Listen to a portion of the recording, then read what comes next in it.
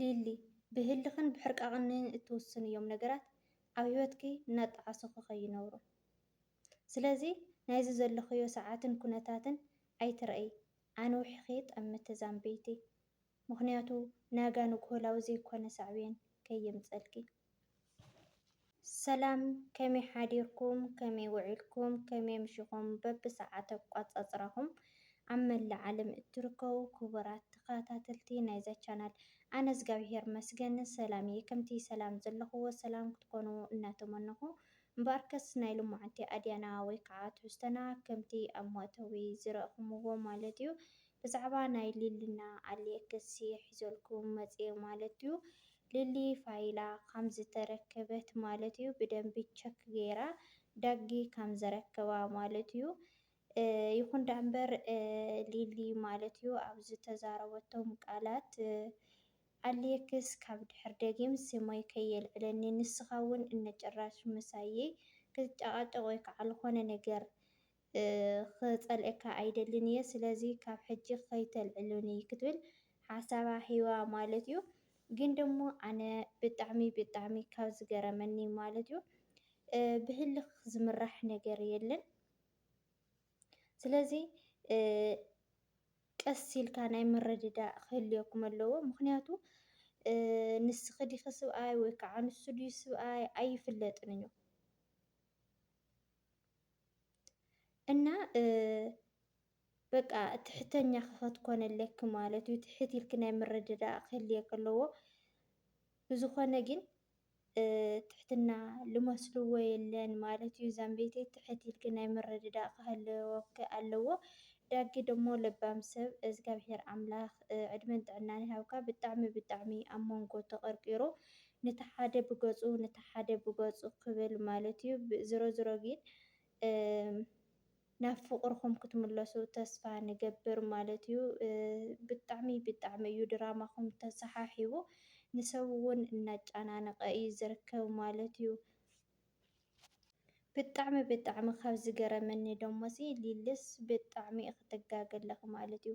ካብ ናይ 6 ዓመት ፍቅሪ ዝነበረ ሂወትስ ኩሉ በጭርክስ ምሳሚ ገዲፍኩ ኩሉ ነገርስ ምሳሚ ምኻድኪ ማለት እዩ። እና ፅባሕ ንግሆ እናስሐኪ ዛንበይተይ ክልተ ግዜ ሕሰቢ ተረዲእኪ ዋላ 10 ግዜ ይበድልኪ መሓዛ ቀዳማይ ኣፍቃሪኻ ልመስልዎ የለን እና ኣስተውዕሊ ማለት እዩ ዛንበይተይ ምስትውዓል ልመስልዎ የለን።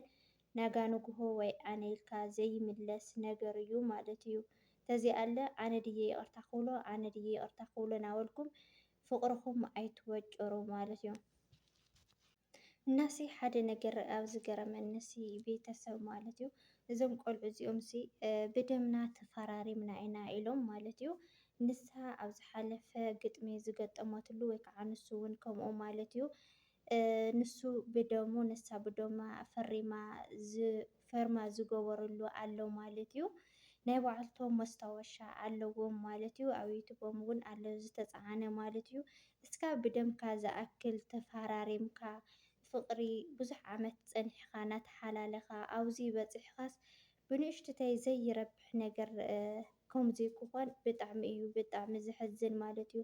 ስለዚ ናብ ልብኩም ተመሊስኩም ሓዳርኩም ክትመርሑ እቲ ዝበለፀ ሰናይ ነገር እዩ ማለት እዩ።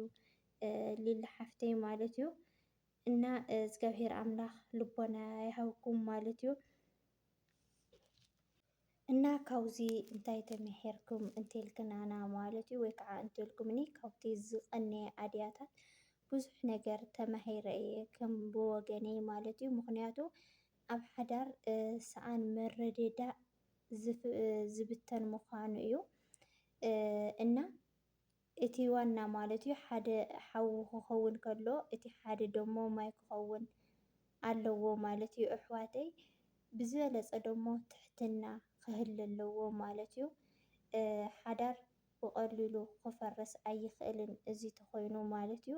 ምክንያቱ ትሕትና ተሃልዩ ኩሉ ነገር ትዕግስቲ ልመስልዎ የለን ሓልየት ምክብባር እዚኦም ዝኣመሰሉ ተልዮም ማለት እዩ። እቲ ሓዳር ኩሉ ግዜ ሞውቕ እዩ እምበር ዘይጋጨ ወይ ከዓ ዘይፈሓፋሕ የለን። እእማን ለእማን ለዓርሶምስ ይጋጨዩ እዮም ማለት እዩ። ግን ደሞ ንስኻ ኢኻ ትገብሮ ትፈልጥ ዘለካ ማለት እዩ። ስለዚ ዳጊ ብጣዕሚ እዩ መንጎ ተቐርቂሩ ብጣዕሚ እውን ተጨኒቑ እዩ ማለት እዩ። እግዚኣብሔር ኣምላኽ ፃዕርኻ የርእየልካ ማለት እዩ። ብጣዕሚ ዘኽብረካ እዚ ሓወይ ማለት እዩ። ምክንያቱ ንሳቶም ናብ ፍቕሮም ክትምልሶም ብዙሕ ትፅዕር ኣለኻ ኢኻ እንድሕር ልቢ ገይሮም ፅቡቕ እንድሕር ከምኡ ኮይኑ ደሞ ተተዓሪቖም እቲ ዝበለፀ ሰናይ እዩ። እንድሕር ከምኡ ኮይኑ ደሞ ትምህርቲ ካብኣቶም ተማሂርና ኣለና ብዙሕ ነገር ማለት እዩ። ድራማ እንተኾይኑ ደሞ ብጣዕሚ ዝበለፀ እዩ ማለት እዩ። ድራማ እንተኾይኑ ብጣዕሚ እዩ ዘሕዝን ማለት እዩ። ብሓቂ በተለይ ብጣዕሚ ተዛረቦ ዘረባታት እግዚኣብሔር ኣምላኽ ናብ ልባ ይመልሳ ማለት እዩ። ምክንያቱ ዋላ ፕራንክ ይኹን ማለት እዩ ደቂ ሰባት ክብሪ ምክብባር እዩ ዋንኡ ተረዲእኩም። ንሳ ንፍቃሪኣ ተዘይኽቢራቶ ንሱ ንዓዓ ተዘይኽቢርዋስ መን እዩ ከኽብሮ ዝኽእል ኣካል?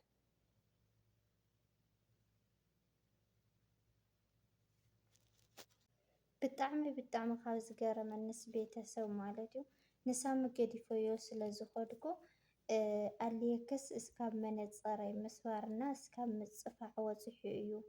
ክብረይ እስካብ ክሕስረኒ ዝገበረሲ ንሳሚ ሓዲገዮ ስለ ልመፃኹ እየ። ሒዘዮ ተዝመፅእ ነይረስ እስካብ ክንድዚ እየ ምበፃሕኩ ኢላ ልዳጊ ስለ ዝተዛረበተስ ብጣዕሚ እዩ ገሪሙኒ። ካብ ኣልየክስ ናብ ብዙሕ ዓመታትስ ናይ 3 መዓልቲ ኣቢልዋ ማለት ድዩ? ኣረ እንታይ ንኾን ኣለና? ብዝኾነ ብጣዕሚ እዩ ዝገርም ብሓቂ ማለት እዩ። ብጣዕሚ የሕዝነኒ ዳጊ ማለት እዩ። ምክንያቱ ኣብ መንጎ ክልተ ፍቁራት ኣትይኻ ብጣዕሚ እዩ ትቕርቀር ለቲ ብገፁ ክትብል ማለት እዩ። ንሳ ለዓርክኻ መኸሮ ናይ ዓርክኻ እዩ ችግር ትብል ንሱለ ንስኸለ ንእሽተይ ኣስተኻኽል ይብል ተዓረቑ ይብል በብገፆም በቃ ታይስሙሩ ክኾንስ ብጣዕሚ ተወጢሩ ማለት እዩ። እና ብዝኾነ እግዚኣብሔር ኣምላኽ ላፍቕርኩም ይምለስኩም ማለት እዩ። ብጣዕሚ ኢኹም ሰልችኹም ብጣዕሚ ማለት እዩ። ብጣዕሚ ማለት እዩ። ስለዚ እዚ ድራማኹምሲ ተትውድእዎ ይምረፅ ማለት እዩ። ኣብ ቀረባ ግዜስ ተተዓፂልና ማለት እዩ። እና ቤተሰብ ናይ ሎማዓንቲ ዝነበረና ፀንሒት እዚ ይመስል። ብዝቕፅል ብካሊእ ቪድዮ እስካብ ንራኸብ ስሰናዩ ንዓኹም እናበልኩ ሰናይ ቅንያት ይኹነልኩም። ነዚ ቪድዮ እንተፈቲኹምዎ ላይክ፣ ሸር፣ ሳብስክራይብ እናገበርኩም ምትዋዕኹም ኣይፈልየኒ ክብለኩም ይፈቲ። እትሁኒ ሃናፂ ዘበለ ርእይቶኹም ደሞ ኣዝየ ዘመስግን። ሰናይ ቅንያት ይኹነልኩም።